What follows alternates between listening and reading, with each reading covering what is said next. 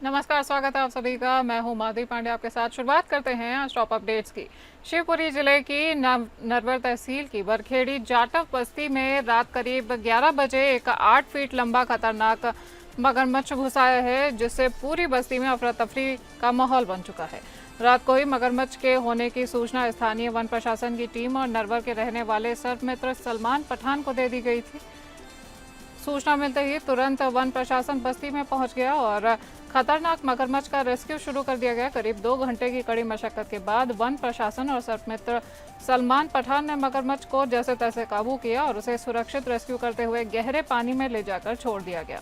One विभाग के जीव विशेषज्ञों का कहना है कि मगरमच्छ भूखा था और यकीनन वह शिकार की तलाश में गांव की तरफ बढ़ रहा था। अगर उसके सामने कोई अकेला व्यक्ति आता तो उसकी हाइट 8 फुट के आसपास होने के चलते वह आसानी से उसे निगल सकता था।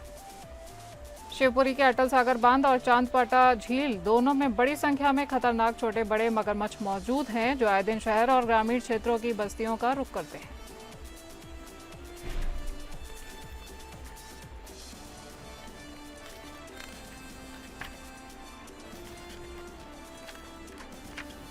ग्रेटर नोएडा के सूरजपुर कस्बे में स्थित एक गद्दे के गोदाम में सोमवार सुबह अचानक भीषण आग लग गई है। आग इतनी तेज थी कि कुछ ही मिनटों में गोदाम में रखा लाखों रुपए का सामान जलकर खाक हो गया। घटना की सूचना मिलते ही दमकल विभाग की कई गाड़ियां मौके पर पहुंची और कड़ी मशक्कत के बाद आग पर काबू पाया गया। प्रत्यक्षदर्शी के अनुसार सुबह करीब 9 बजे गोदाम से धुआं उठता हुआ दिखाई दिया। देखते ही देखते आग ने विकराल रूप धारण कर लिया और पूरे गोदाम को अपनी चपेट में ले लिया। गोदाम में बड़ी मात्रा में गद्दे, स्पंज, कपड़े और अन्य ज्वलनशील पदार्थ रखे हुए थे, जिससे आग तेजी से फैल गई और स्थानीय लोगों ने तुरंत आग लगने की सूचना फायर ब्रिगेड को दी और पुलिस को दी। सूचना मिलने पर दमकल विभाग की टीमें मौके पर पहुंची और करीब 2 घंटे की मशक्कत के बाद आग पर काबू पाया गया।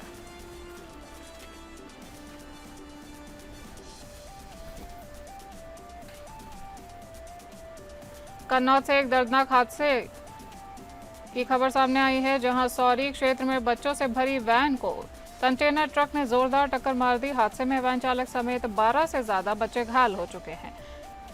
वैन एमएसए एजुकेशन सेंटर की थी और बच्चों को स्कूल ले जा रही थी। स्थानीय लोगों के अनुसार वैन सड़क के किनारे रॉन्ग साइड में खड़ी थी। उसी दौरान अपनी लेन में आ रही एक तेज रफ्तार कंटेनर ट्रक ने वैन को सीधी टक्कर मार दी और टक्कर की आवाज सुनते ही आसपास के लोग, राहगीर और वहां से गुजर रहे कावड़ यात्री तुरंत मौके पर पहुंचे। राहगीर और कावड़ियों ने दौड़कर घायल बच्चों को वैन से निकाला और उन्हें अस्पताल पहुंचाया। अक्सर देखा गया है कि नियम कानून को ताक पर रखकर मैजिक वैन में बच्चों को भूसे की तरह ठूस दिया जाता है, जो कि नियमों के सख्त खिलाफ है। हालांकि पुलिस इस मामले की जांच में जुटी हुई है।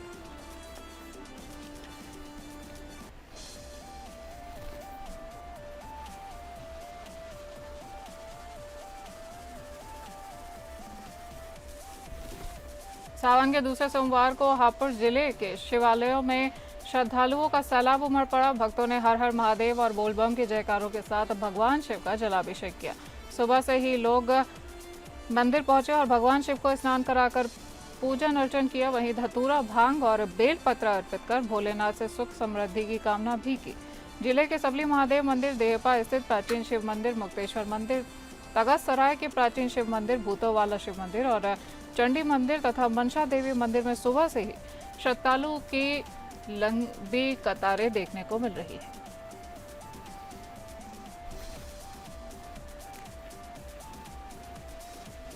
बागपत में बड़ौद कोतवाली क्षेत्र के राजपुर खामपुर गांव में सनसनीखेज मामला सामने आया है। यहां 45 वर्षीय आशा कार्यकर्ता की बेरहमी से हत्या कर दी गई है।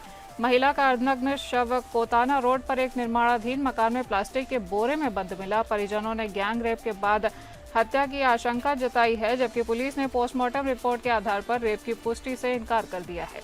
जबकि मुख्य आरोपी भूपेंद्र, जो कि मृतका का मौसेरा देवर है, उसके खिलाफ मुकदमा दर्ज कर जांच शुरू कर दी गई है। पुलिस के मुताबिक आशा कार्यकर्ता रविवार की सुबह 9 बजे बागपत सीएचसी के लिए घर से निकली थी। दोपहर करीब 2:30 बजे उसने परिवार को फोन कर बताया था कि वह बड़ौद में अपने मौसेरे देवर भूपेंद्र से उधार के पैसे वापस लेने जा रही है। शाम तक वह घर नहीं लौटी और उसका मोबाइल स्विच ऑफ मिला। परिजनों ने खोजबीन शुरू की, लेकिन कोई सुराग नहीं मिला। देर शाम मृतका का बेटा कोताना रोड पर भूपेंद्र के निर्माणाधीन मकान पर पहुंचा, जहां उसने खिड़की में से बोरे से बाहर निकले हुए पैरों को देखा और ताला तोड़ने पर अंदर महिला का अर्धनग्न शव बरामद किया गया है। मकान से शराब की बोतलें व अन्य सामान भी मिले।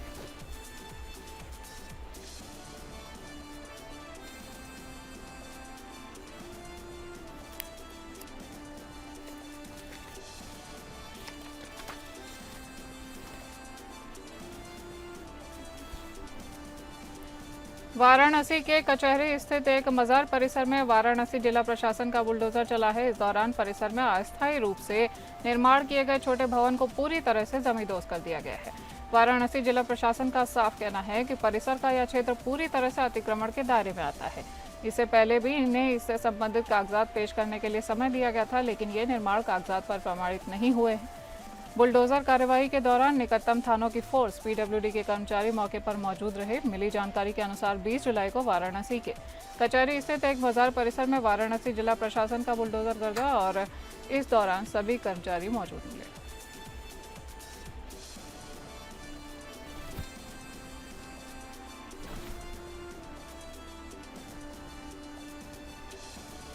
बॉम्बे हाईकोर्ट ने 2006 के मुताबिक लोकल ट्रेन धमाकों के मामले में दोषी ठहराए गए 12 लोगों को बरी कर दिया है। अदालत ने कहा है कि अभियोजन पक्ष इन आरोपियों के खिलाफ ठोस सबूत पेश करने में पूरी तरह से विफल रहा है।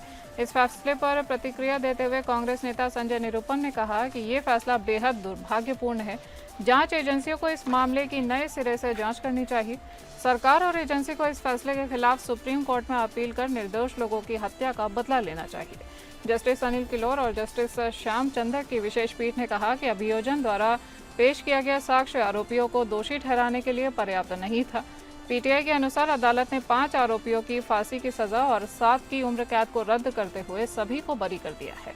कोर्ट ने कहा कि यह विश्वास करना कठिन है कि आरोपियों ने यह अपराध किया है।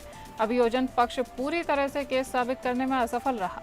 अब इन 12 व्यक्तियों को तुरंत रिहा करने का आदेश दिया गया है यदि वे किसी अन्य मामले में वांछित नहीं।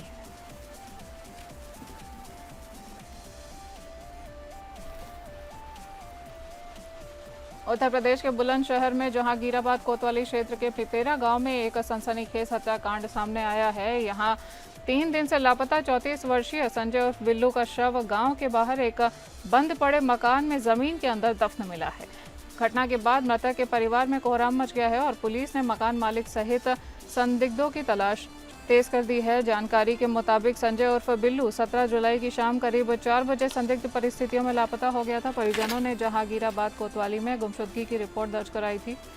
पुलिस ने सर्विलांस टीम की मदद से जांच शुरू की है। इस दौरान मकान से 500 मीटर दूर मक्का के खेत में संजय का मोबाइल फोन बरामद हुआ है, जिसने मामले की गंभीरता को और ज्यादा बढ़ा दिया है। घटना की सूचना मिलते ही एसपी देहात डॉक्टर तेजवीर सिंह, सीओ अनूप शहर रामकरण सिंह और कोतवाली प्रभारी रामफल सिंह मौके पर पहुंचे। शव को पोस्टमार्टम के लिए भेजा गया है और फॉरेंसिक टीम ने घटनास्थल से साक्ष्य जुटाए हैं। एसपी देहात ने बताया कि कुछ अहम सुराग मिले हैं और जल्द ही हत्याकांड का खुलासा कर दोषियों के खिलाफ सख्त से सख्त कार्यवाही की जाएगी।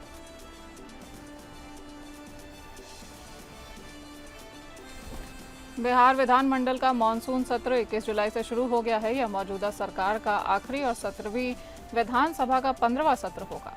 5 दिनों तक चलने वाले इस सत्र में नीतीश सरकार 12 विधेयक पेश करेगी। पहले दिन सदन की कार्यवाही शुरू होने से पहले विपक्षी विधायकों ने सदन के बाहर जोरदार विरोध प्रदर्शन किया। भाकपा और कांग्रेस के विधायक काला कुर्ता और सफेद पैजामा पहनकर विधानसभा पहुंचे। वे हाथों में एसआईआर के खिलाफ बैनर लिए हुए थे। विधायकों का आरोप था कि एसआईआर के जरिए दलितों और पीड़ित पिछड़ी जातियों के नाम मतदाता सूची से हटाए जाएंगे। एसआईआर और क्राइम पर विपक्ष सरकार को घेरने के लिए तैयार बैठा है। कांग्रेस के नेताओं ने गुंडा राज समाप्त करो, जाली जीवेश गद्दी छोड़ो, वोट की लूट बंद करो जैसे मुद्दों पर सदन के बाहर सरकार को घेरा।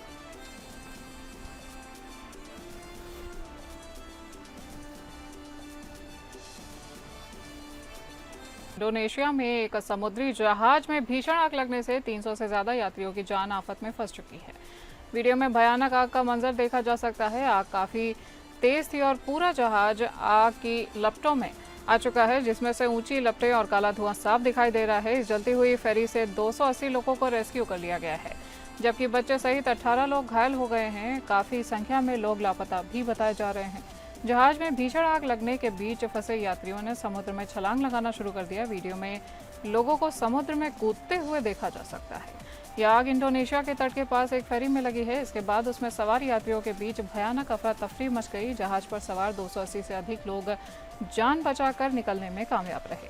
लापता लोगों की तलाश जारी है। इस जहाज पर 300 से 500 के बीच सवार लोगों की संख्या की आशंका जताई जा रही है और काफ़ी लोग लापता बताए जा रहे हैं। अधिकारियों और बचाव दल ने आग पर काबू पा लिया है और लापता लोगों की खोज अभी जारी है। हादसे के कारणों की जांच भी शुरू कर दी गई है।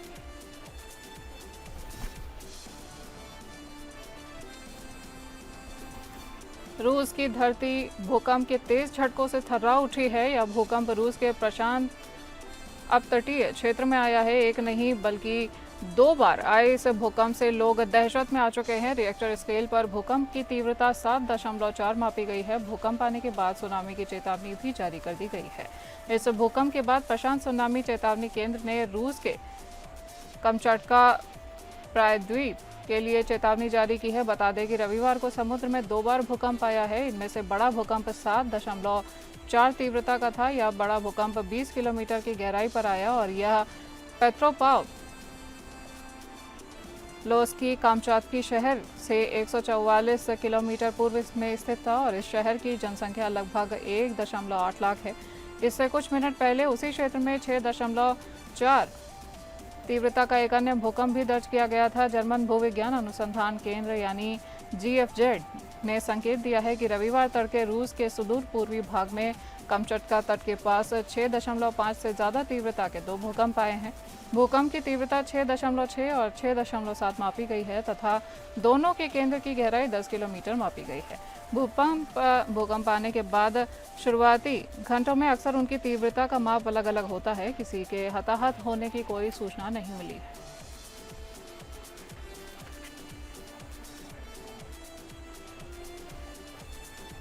सऊदी अरब के प्रिंस अल वलीद बिन खालिद बिन तलाल का 20 वर्ष तक कोमा में रहने के बाद निधन हो गया है। 36 वर्ष की उम्र में उनकी जीवन रेखा समाप्त हो चुकी है।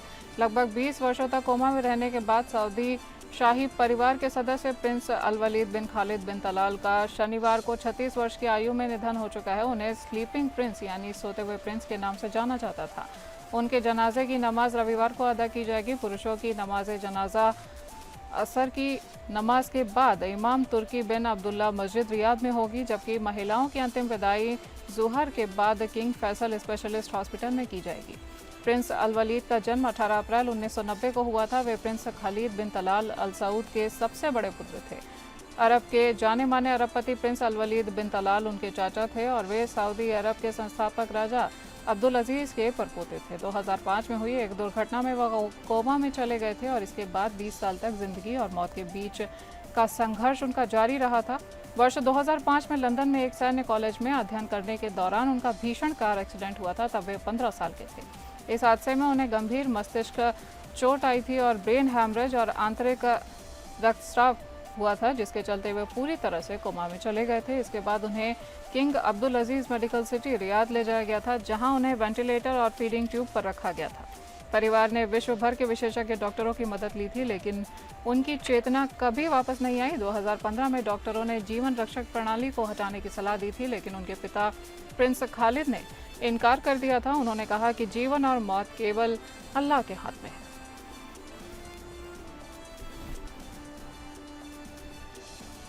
वियतनाम से एक बड़ी खबर सामने आ रही है। हालोंग खाड़ी में शनिवार को टूरिस्ट से भरी नाव के पलटने से कम 34 लोगों की मौत हो चुकी है और 1 दर्जन से ज़्यादा लोग लापता बताए जा रहे हैं। यह हादसा खराब मौसम के कारण हुआ है। सरकारी मीडिया के मुताबिक नाव पर कुल 53 लोग सवार थे। यह नाव दोपहर करीब 2 बजे उस समय पलटी जब तूफान विफा दक्षिण चीन सागर से वियतनाम की ओर बढ़ रहा था और इस दौरान इलाके में तेज हवाएं, भारी बारिश और बिजली गिरने की खबरें थी। स्थानीय समाचार वेबसाइट वीएन एक्सप्रेस ने बताया कि अधिकतर यात्री राजधानी हनोई से थे। राहत और बचाव दल अब भी जीवित बचे लोगों की तलाश कर रहे हैं। अभी तक पर्यटकों की राष्ट्रीयता की आधिकारिक पुष्टि नहीं की गई है। वियतनाम की सरकारी समाचार एजेंसी ने स्थानीय अधिकारियों के हवाले से बताया है कि बचाव दल अब तक 11 लोगों को जिंदा बचा चुका है और 34 लोगों के शव बरामद हुए हैं। मरने वालों में 8 बच्चे शामिल हैं। हालोंग खाड़ी, जो राजधानी हनोई से लगभग 200 किलोमीटर उत्तर पूर्व में स्थित है, हर साल बड़ी संख्या में पर्यटकों को आकर्षित करती है। यहाँ नाव की सैर बहुत लोकप्रिय है और इस साल दक्षिण चीन सागर में आने वाला तीसरा तूफान विपत्र है जो अगले हफ्ते की शुरुआत में वियतनाम के उत्तरी घाट से टकरा सकता है। तूफान के कारण मौसम खराब हो गया है, जिससे हवाई यात्रा भी प्रभावित हुई है। नोई बाई हवाई अड्डे ने बताया कि शनिवार को 9 बजे आने वाली उड़ानों को दूसरे हवाई अड्डों पर भेजना पड़ा और 3 उड़ानों की रवानगी को अस्थायी रूप से रोक दिया गया है।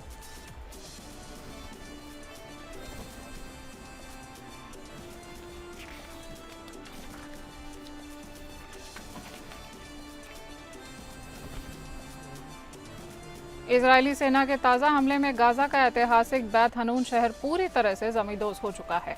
अब इस शहर में कोई भी इमारत खड़ी नहीं दिखेगी। रविवार को किए गए इजरायली रक्षा बलों के ताज़ा हमले में बेत हनून में 700 साल पुराने ढांचे भी नष्ट हो चुके हैं। इसके बाद पूरा शहर एक राख के मैदान में तब्दील हो चुका है। इजरायली सेना ने रविवार को गाजा के बेत हनून शहर पर आखिरी एयर स्ट्राइक की थी। इससे पहले आईडीएफ गाजा के लगभग सभी शहरों और इलाकों को पूरी तरह से खंडहर बना चुका है। अब गाजा का बेत हनून शहर आईडीएफ द्वारा किए गए ताज़ा हवाई और ज़मीनी हमलों के बाद पूरी तरह से जमींदोज हो चुका है। अब इस शहर में एक भी इमारत नहीं बची है। ये गाजा पट्टी का एक ऐतिहासिक शहर था, मगर बेत हनून अब पूरी तरह से नष्ट हो चुका है। इजरायली हमले के बाद गाजा का बेत हनून शहर का अस्तित्व खत्म हो चुका है। अब ये शहर राख और खंडहरों में ही तब्दील हो चुका है। इसी बीच ऑस्ट्रेलियन यहूदी संघ यानी एजेए के पूर्व प्रमुख ने लिखा है कि बेत हनून अब शहर ही नहीं रहा। सोशल मीडिया पर दिए गए उनके इस बयान के बाद अंतर्राष्ट्रीय स्तर पर तीखी प्रतिक्रियाएं देखने को मिल रही हैं। कई मानवाधिकार संगठनों और मध्य पूर्व विशेषज्ञों ने इसे असंवेदनशील और अमानवीय करार दिया है। गाजा पट्टी के उत्तर पूर्वी छोर पर स्थित बेत हनून फिलिस्तीन का ऐतिहासिक और सांस्कृतिक दृष्टि से एक महत्वपूर्ण नगर माना जा रहा था और यहाँ की आबादी पहले हजारों में थी, लेकिन हालिया सैन्य कार्रवाई में यह क्षेत्र लगभग पूरी तरह से खाली हो चुका है। संयुक्त राष्ट्र और अन्य अंतर्राष्ट्रीय एजेंसियों ने इस घटना की स्वतंत्र जांच की मांग की है और सभी पक्षों से संयम बरतने की अपील की है। इस पूरे विवाद ने एक बार फिर गाजा संघर्ष में हो रहे नागरिक नुकसान और सांस्कृतिक विरासत की तबाही को वैश्विक विमर्श के केंद्र पर ला खड़ा किया है।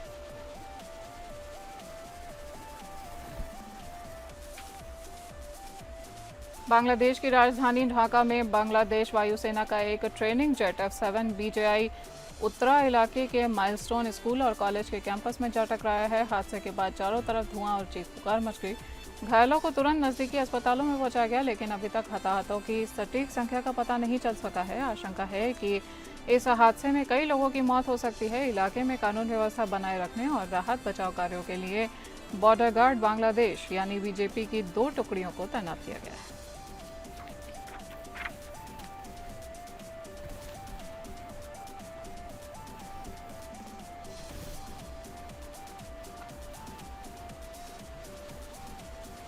टॉप अपडेट्स में आज के लिए इतना ही। नमस्कार।